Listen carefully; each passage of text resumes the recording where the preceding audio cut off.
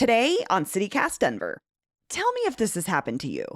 You're walking around downtown or maybe Cap Hill, and some jag-off on a scooter comes zipping around a corner and nearly knocks you off the sidewalk.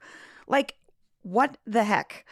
But also, if Denver's going to break its dependence on cars, we're going to need transportation options that people like to use, like scooters. This is very much, I think, part of the soul of our city is, do we want to continue to be a car city? Do we want to grow up? The city of Denver is now 1 year into 2 contracts with scooter companies, which represent the most recent effort to ease the tension on our streets. But that tension is still playing out every day in Denver, perhaps nowhere more than Councilman Chris Hines, District 10. For full transparency, I voted against both of them, and I was pretty vocal about it and talked a fair amount, but I was in the minority. With a year of data to show for this current approach to the scooter situation, Hines thought it was time for a proper look at how things are going. So I invited him to show his work. Today is Thursday, July 7th, 2022. I'm Bree Davies, and this is CityCast Denver.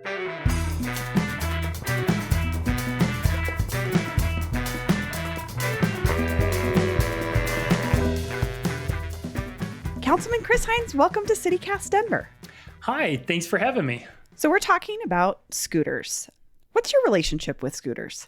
Well, I'll admit I've never used a scooter. I'll also admit I never have either.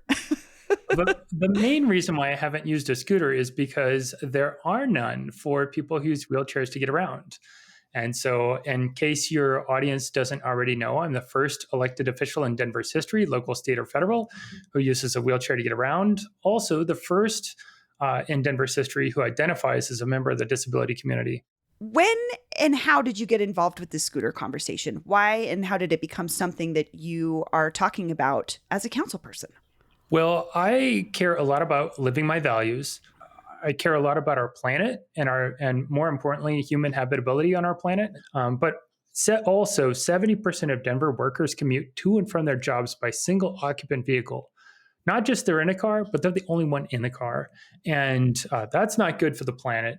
It's not good for physical health because we're just sitting in a car instead of using a bicycle or walking or rolling or whatever. And it's not good for community because we go from our locked homes to our garages, to our locked cars, to our parking garage at work, to our office at work. And it's possible for us to not interact with a single person, for an entire day. But if we get out of those cars and we're at a stoplight and we're on a bike, we're on a wheelchair, or we're on a scooter, to get back to this conversation, then we can talk to one another. Yeah, well, and I want to just draw some real quick connections for listeners, because you're talking about a lot of different parts of sort of the transit conversation, which is we, on the whole, as a city, spend too much time as single occupant car drivers. And your thoughts here, and I think this is a pretty common conversation within transit advocacy, is less people in cars, more people in other modes of transit like scooters is better for us all overall. So I kind of want to get to the regulation aspect, because recently in your newsletters, you've been kind of polling your constituents about their feelings on scooters because we're coming up on this year of regulation. How are folks in District 10 responding to you when you ask questions like, do you like scooters? So I went in a slightly different direction than I normally do with my newsletters. And I said, scooters. In May 21, we entered into contracts with 2 scooter companies, Lyft and Lime. Now that it's been a year, I want your thoughts. And I gave 2 options. Not that people can see me putting my 2 fingers up, but I've got 2 options. 1, scooters are good for Denver. 2, scooters are a menace. And interestingly, I had more than 1,300 responses. Oh, wow. Which is huge for me. We don't normally have that kind of engagement. And interestingly, some people tried to click that button twice, but we knew you could only register your vote once. And, some people tried to click it 10 or 12 times. So I think they were trying to put their finger on the scale. How did your constituents feel? Did they feel they were a menace, or did they think they were good for the city? Well, 41% voted scooters are good for Denver, and 59% of people voted scooters are a menace. So it's a bit of the hands-off approach by vendors and the city that really make people frustrated. So I asked the first question, and then I sent a follow-up email to my newsletter. I asked another question: should Denver pass a new law requiring sidewalk detection technology for scooters? And 77% of the people said yes. 23% of the people said no. So more than 3/4 said yes. I mean, if 59% was compelling, 77% is, I mean, it's almost a slam dunk. Yeah, I mean, I have to tell you, I only recently heard about this sidewalk detection technology thing, and I don't fully understand what it is. But if it means that these scooters won't be able to terrorize people on sidewalks, I'm totally in. But also, I have to say, I have understanding of the scooter rider as someone who rides a bike from time to time.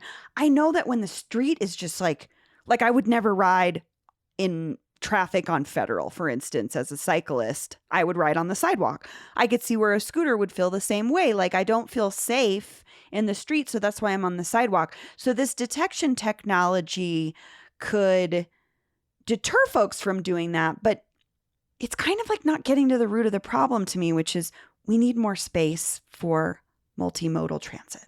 Yeah, I agree with you that when I campaigned, I talked a lot about protected bike lanes. The mayor has been very vocal about installing 125 miles of bike lanes throughout our city. Most of them, as far as I could tell, are not protected. And just as I had mentioned, we need a broad and inviting pedestrian experience, as in our sidewalks should be smooth and clear and free of obstruction. And I think that we should have bike lanes as well that are broad and inviting and safe, and protected bike lanes are really what help people feel safe. And by protected, I don't mean those white sticks that stick up 4 feet off the ground that cars just like mow over. Yeah.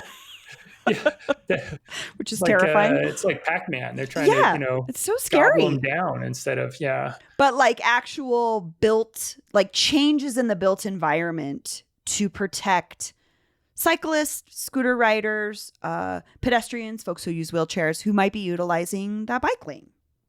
Yes.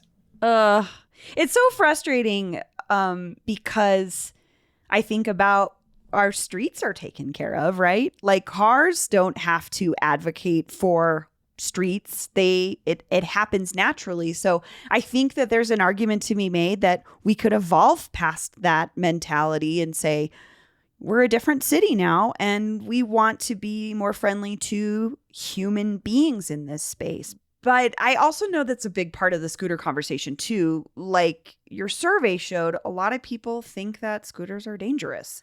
So how do you think about regulating that aspect? So I asked Denver Health for some data on scooter injuries. Yes. And I was surprised. That's a bit of an understatement, honestly. The data that I got back is regarding scooter crashes from January 1st, 2021 through May 15th, 2022.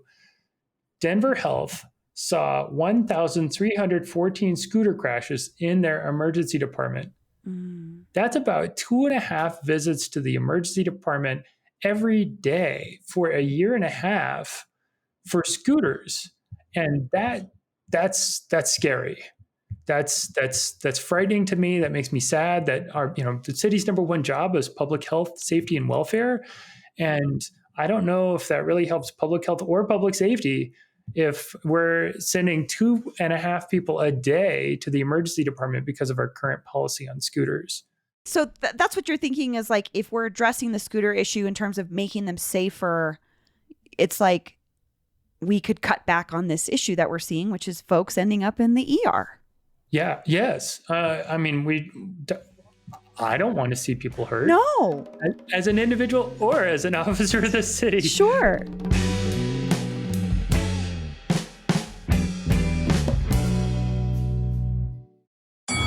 Had Halliday presents, in the red corner, the undisputed, undefeated Weed Whacker Guy, champion of hurling grass and pollen everywhere. And in the blue corner, the challenger, extra strength Halliday. Eye drops that work all day to prevent the release of histamines that cause itchy allergy eyes. And the winner by knockout is Halliday. Halliday, bring it on.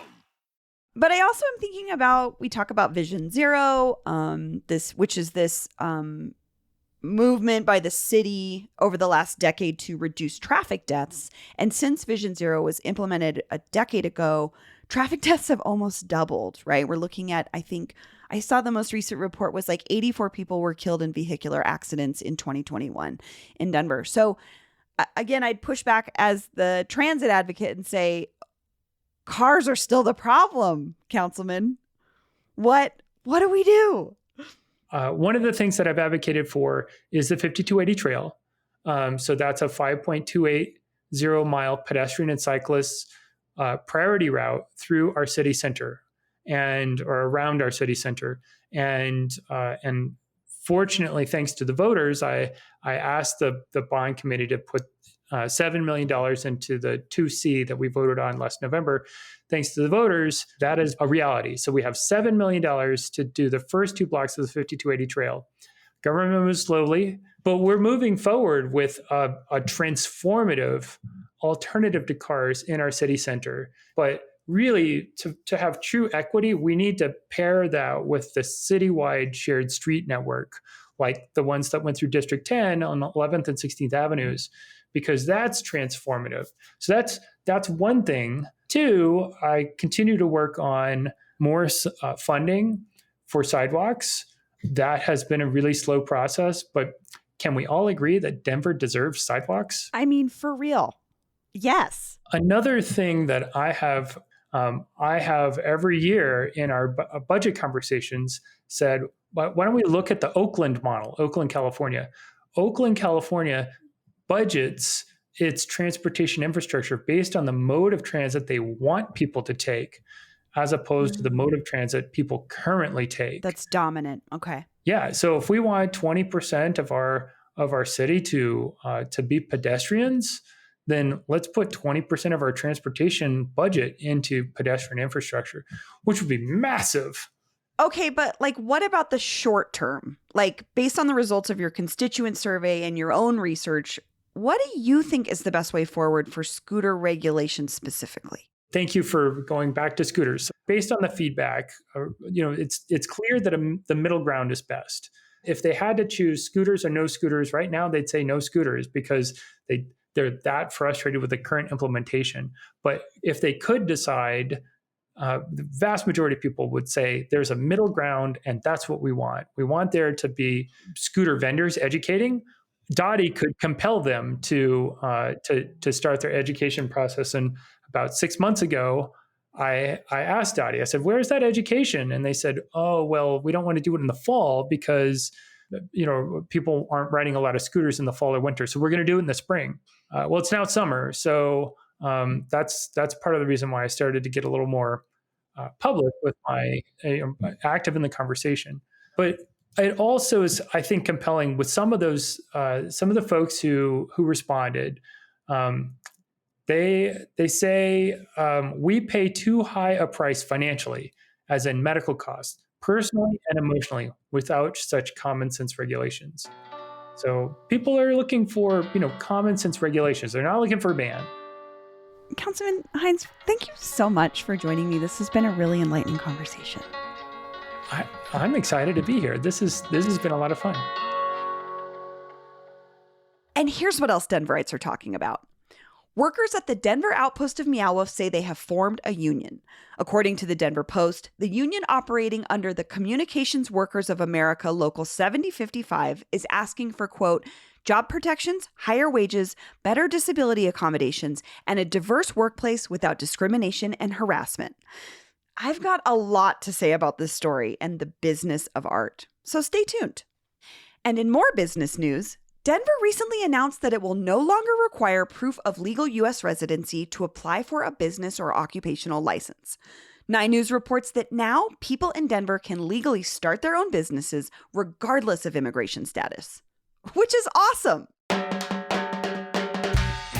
That's all for today here on CityCast Denver. If you enjoyed the show, why not take a minute to tell a friend about us? Rate the show wherever you get your podcasts and subscribe to our morning newsletter, where today, Peyton's sharing some nuggets of food news.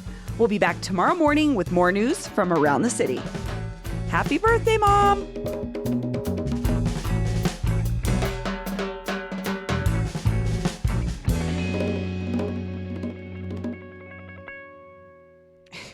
It's Brooke's birthday. She's ageless, and her present is my baby.